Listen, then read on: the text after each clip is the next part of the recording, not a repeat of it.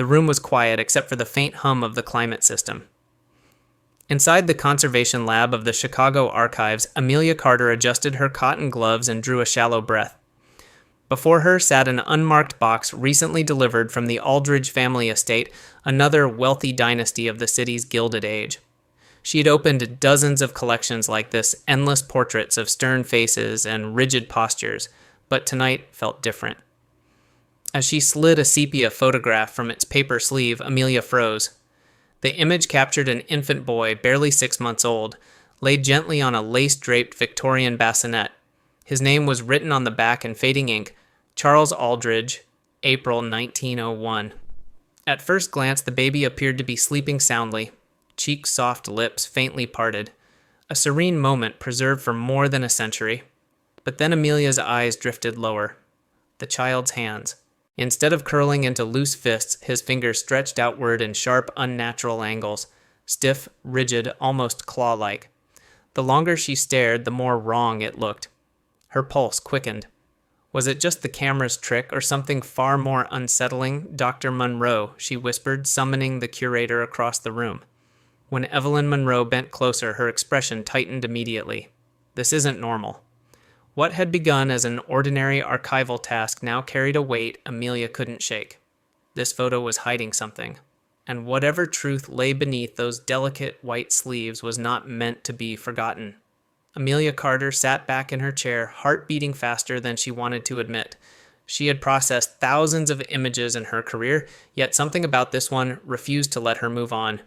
The baby's face was calm, angelic even, but those fingers told a story that didn't belong in the safe world of family portraits. They were rigid, splayed at angles that no child's hand should naturally hold. The longer she looked, the clearer it became this wasn't a trick of exposure or accident of posing. It was a silent message captured in silver nitrate more than a century ago. Dr. Evelyn Monroe, the senior curator, leaned over the photograph with a steady gaze. She adjusted her spectacles and studied the infant's posture. Amelia, do you see the thumbs drawn inward as though the muscles were pulling too tight? Both hands are symmetrical. That's not chance. A chill passed through the room. They scanned the rest of the portrait. The baby's neck tilted slightly, his chin not centered but slipping off axis. The gown fell in heavy folds, hiding most of his body, but Amelia noticed a subtle bulge along the spine, as though something beneath the fabric wasn't aligned. At first glance, Charles Aldridge seemed only to be resting. On closer inspection, he looked trapped inside a body struggling against itself. I need another opinion, Evelyn said firmly. The next morning, Amelia carried high-resolution scans of the photograph across the campus to Northwestern University. In a quiet conference room, they waited for Dr. Samuel Whitaker, a pediatric neurologist known for his fascination with historical medical cases. When he entered, his presence carried the authority of decades in medicine. He set down his briefcase, rolled the images across the table, and began to study them. At first silence, his eyes traced every detail: the hands, the tilt of the neck, the faint suggestion of rigidity in the baby's shoulders. Then he exhaled slowly, leaning back. This, he said, at last is pathological. No doubt. Amelia asked the question already forming in her mind. Could it just be the way they posed him? A photographer holding his hands like that, Dr. Whitaker shook his head immediately. No photographer would risk arranging an infant this way. Victorian aesthetics valued softness, natural repose. And look, the pattern is mirrored in both hands. This is systemic. It's not something artificial. His finger tapped the photograph gently just beside the tiny wrist. The hyperextension of the fingers, the way the ring and little finger bend away the unusual set of the thumbs. It matches what we'd now classify as a neurological disorder, possibly hereditary. This child wasn't merely posed. His body was speaking through the photograph. The words settled like a heavy cloth over the room. Amelia had thought she was uncovering a quirk of the image, something curious but harmless. Now it was different. The photograph had crossed a line, it was evidence. Whitaker continued his tone, almost clinical, yet beneath it, Amelia sensed fascination. Notice the rigidity in the limbs. Even sedated children and sedation was common, then do not hold this kind of posture. If anything, sedation reveals their true muscle tone. And this tone is abnormal. The spine, too, if you look carefully, curves where it should not. Combine that with the asymmetry in the face. We are looking at a child with a serious congenital condition. Evelyn shifted in her seat. So what we thought was a charming baby portrait is actually a record of disease, not just disease, Whitaker corrected. Possibly the first clinical evidence of a condition this family already knew haunted their bloodline. The word struck Amelia with more force than she expected. Haunted. The photograph no longer seemed like a gentle artifact from 1901. It had become a cipher, a puzzle left behind by people who may have understood far more than they ever admitted in public. Whitaker leaned closer, once more his voice quiet. I would wager the family knew exactly what they were recording here. This isn't coincidence. This is documentation. Amelia stared at the baby's face again. So peaceful, so deceptively ordinary. But the hands, those hands told the truth. What had begun as a routine day at the archives now demanded answers. Who had arranged this photograph? Why preserve it so carefully? And why did the Aldridge family pillars of Chicago society allow a record that revealed so much to slip into the world? For the first time, Amelia felt the story pressing against her insistent. This wasn't about cataloging another forgotten heirloom. This was about lifting the veil from something that had been deliberately hidden. Somewhere inside the folds of history, the Aldridge family had left behind a secret, and the photograph of baby Charles was the first crack in its surface. The silence of the lab lingered long after Dr. Whitaker left. Amelia Carter sat with the photograph before her, the child's stiff fingers now impossible to unsee. It wasn't just an image anymore, it was a confession, wrapped in velvet lace, left waiting for someone to notice more than a century later. But to truly understand it, Amelia and Evelyn knew they had to step beyond the photo itself and into the lives of the people who had commissioned it. And the Aldridge name was carved into the very bones of Chicago's Gilded Age. Henry Aldridge, the patriarch, had built his fortune in steel and coal, riding the crest of the city's industrial expansion in the 1870s. By the turn of the century, the Aldridge mansion on Prairie Avenue gleamed among the residences of the city's wealthiest dynasties. Gas lamps glowed against marble facades, carriages rattled over cobblestone streets, and inside grand parlors echoed with piano music, laughter, and the whispers of ambition. Yet behind the polished doors another narrative flickered. Records showed Henry's marriage to Clara Whitmore in 1892. Unlike many society brides, Clara was not just an ornament. She was the daughter of Dr. Jonathan Whitmore, a respected physician who had left medicine for industry, but carried with him a family legacy steeped in science. Clara's brother Leonard Whitmore followed in their father's footsteps, becoming a neurologist trained in Berlin, where the study of the nervous system was racing ahead of American practice. It was Clara's philanthropy that first raised eyebrows. In 1897, 2 years before Charles's birth, she had endowed a new wing at Mercy Hospital. Not just any wing, but one dedicated specifically to infant nervous disorders, a cause oddly precise for a woman who at that time had 2 healthy daughters and no apparent reason to champion such a narrow focus. Reporters of the day praised her generosity but didn't question its origins. To Amelia and Evelyn, however, the timing was impossible to ignore. The answer emerged in brittle birth records tucked into the archive like shards of glass. The Aldridge's first son, Arthur, born in 1896, had died after just 3 months. The cause: failure to thrive, congenital affliction of the nervous system. The phrase struck Amelia cold. It was as though the doctor had written with both precision and reluctance, acknowledging something fundamental was broken without daring to describe it fully. Suddenly, Clara's donations to Mercy Hospital made sense. They weren't the detached philanthropy of a wealthy socialite. They were the raw response of a grieving mother who had buried her first son under the shadow of a mysterious affliction. The hospital wing dedicated to the study and treatment of infant maladies of the nervous system was not an abstract gesture. It was personal. Evelyn traced her finger along the fragile newspaper columns from the late 1890s. They were already fighting this battle before Charles was born. They must have feared it would happen again. And then it did. Charles arrived in 1901, the third child after 2 daughters. At first, society columns simply announced his christening, his name embroidered on gowns and programs. but hidden in the folds of family papers, Amelia and Evelyn began to see the shadow of dread. Clara's brother, Dr. Leonard, was deeply involved with the hospital wing she had funded. His private journal, still preserved in the Mercy archives, described cases coded with initials. Among them, CA male infant, 6 months. The entries were chilling in their detail. Leonard wrote of persistent rigidity of digits symmetrical across both hands, of abnormal reflexes of arched posture when sedated. He noted that photographs were arranged to preserve family dignity while capturing diagnostic evidence. One line stood out like a candle in the dark family request portrait to serve dual-purpose keepsake and clinical record. The implications tightened like a noose around Amelia's chest. The Aldridge family, with their power and wealth, had not only faced the hereditary shadow of disease, but had chosen to conceal it in plain sight. Their family portraits, meant to display prosperity and continuity, were also coded medical documents, artifacts of both pride and fear. Amelia whispered the thought that had been gnawing at her since she first saw the photo. Charles wasn't just a baby captured in sleep. He was a patient, and they knew it. Evelyn closed her notebook. This family didn't just suffer privately, they transformed their grief into strategy. Publicly, they presented strength, wealth, philanthropy.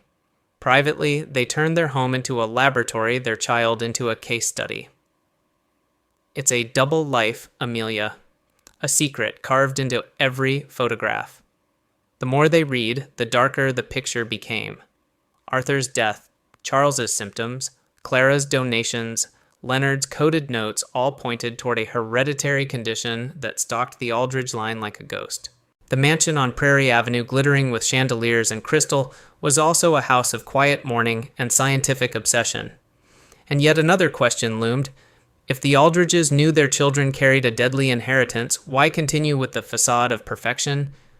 Why allow portraits, records, even coded hospital files to survive?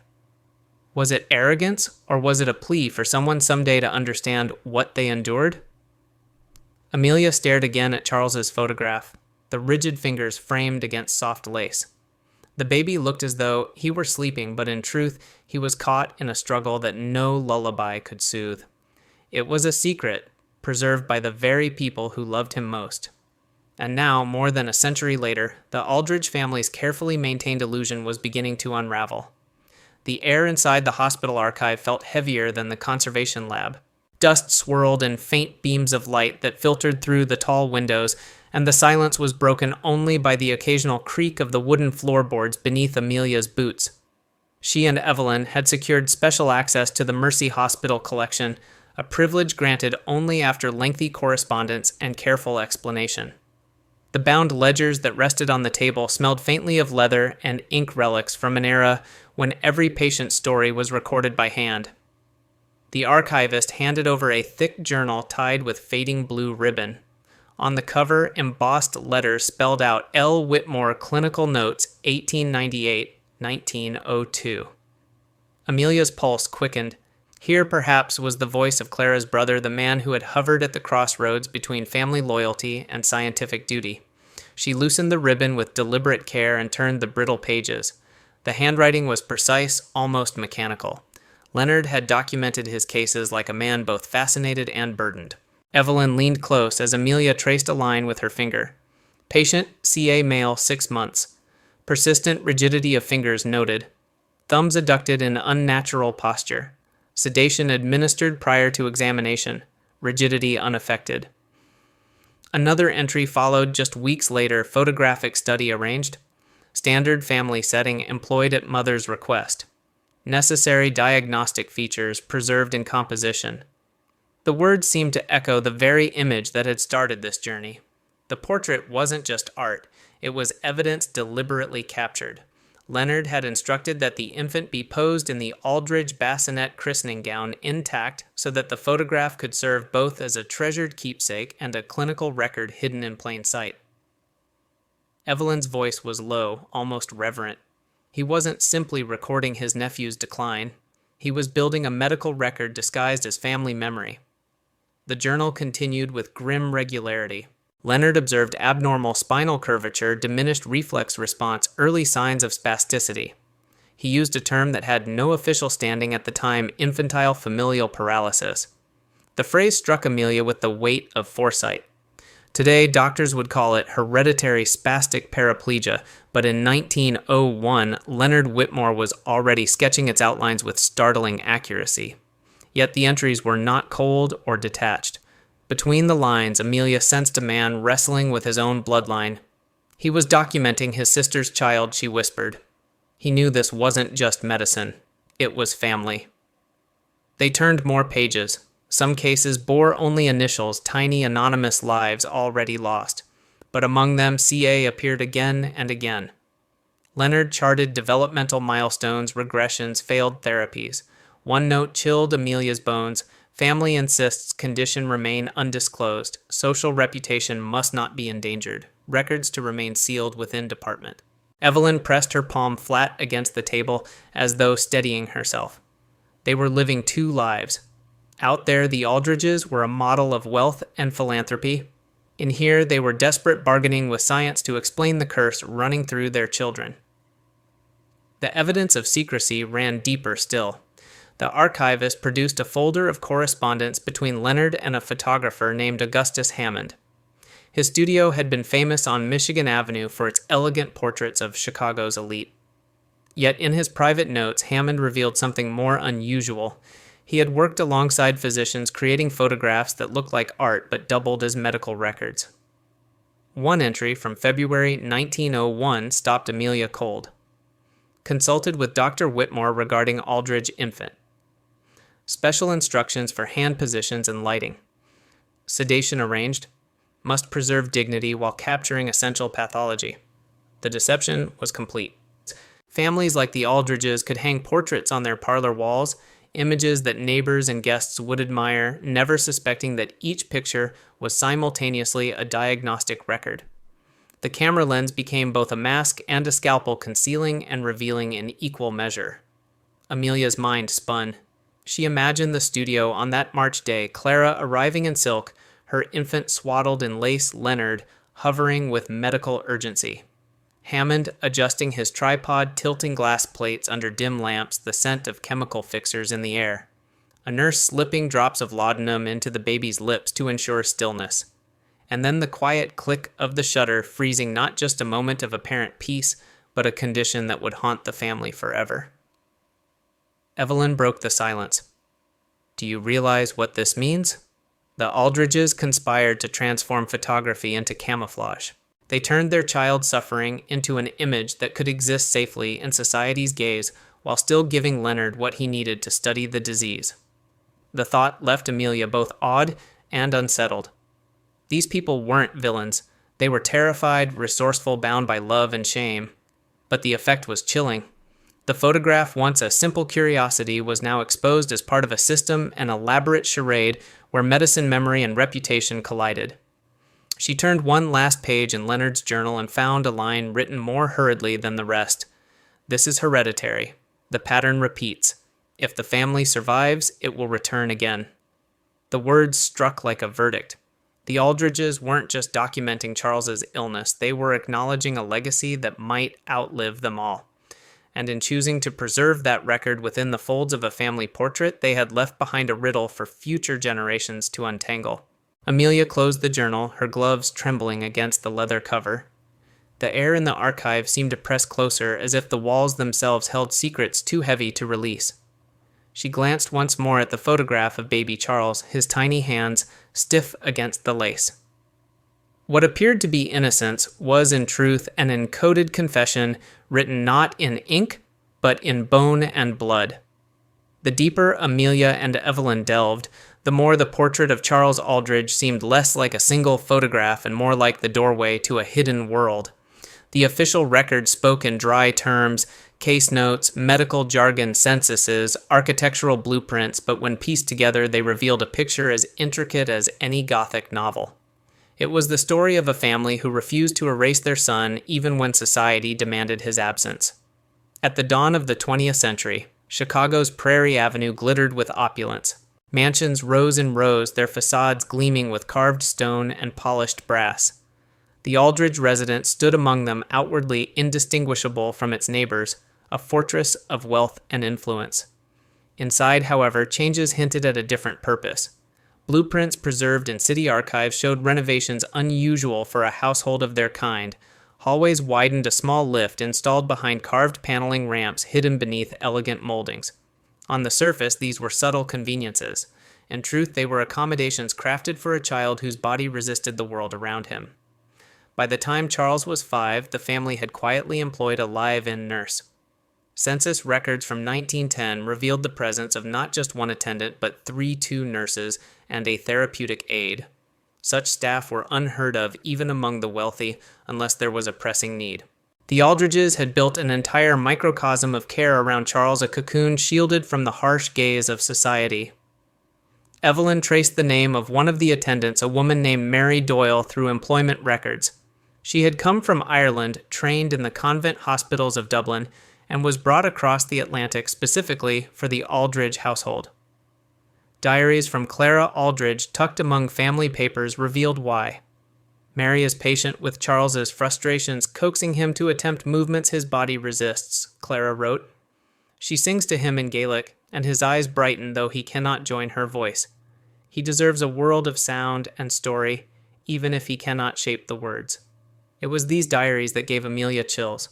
Unlike Leonard's clinical notes, cold and exacting, Clara's words bled with tenderness.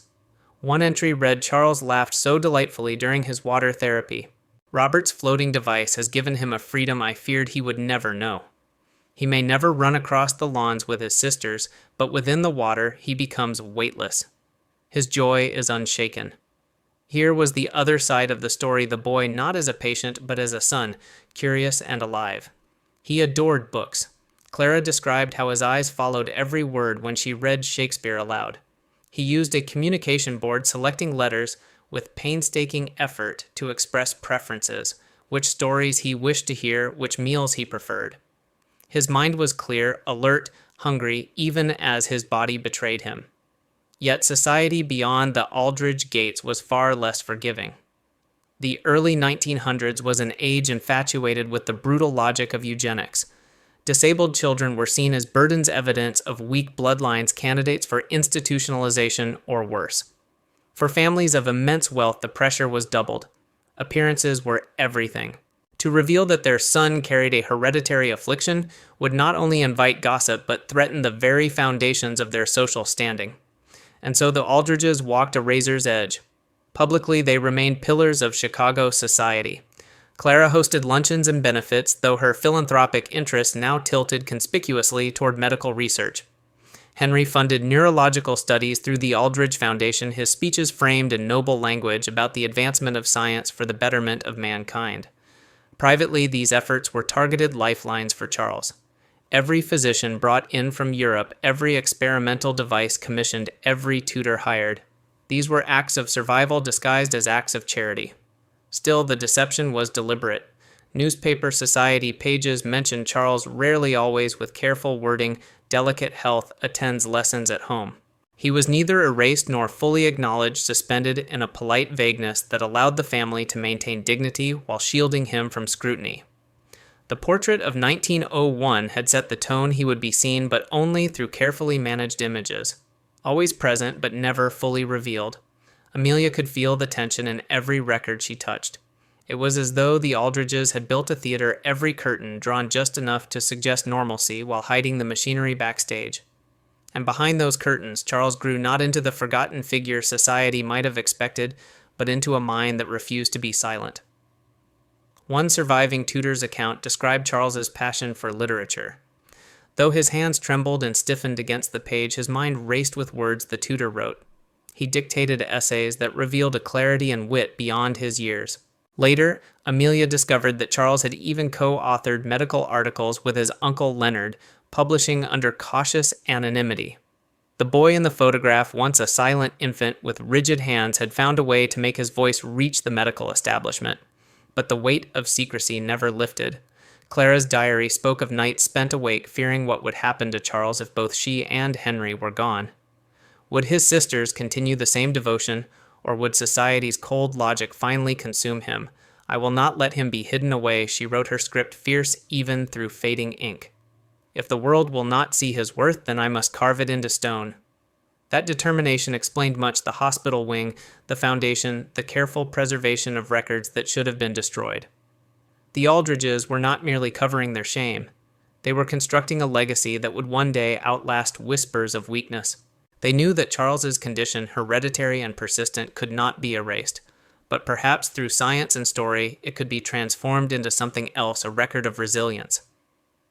Standing in the archive, Amelia felt the room close around her.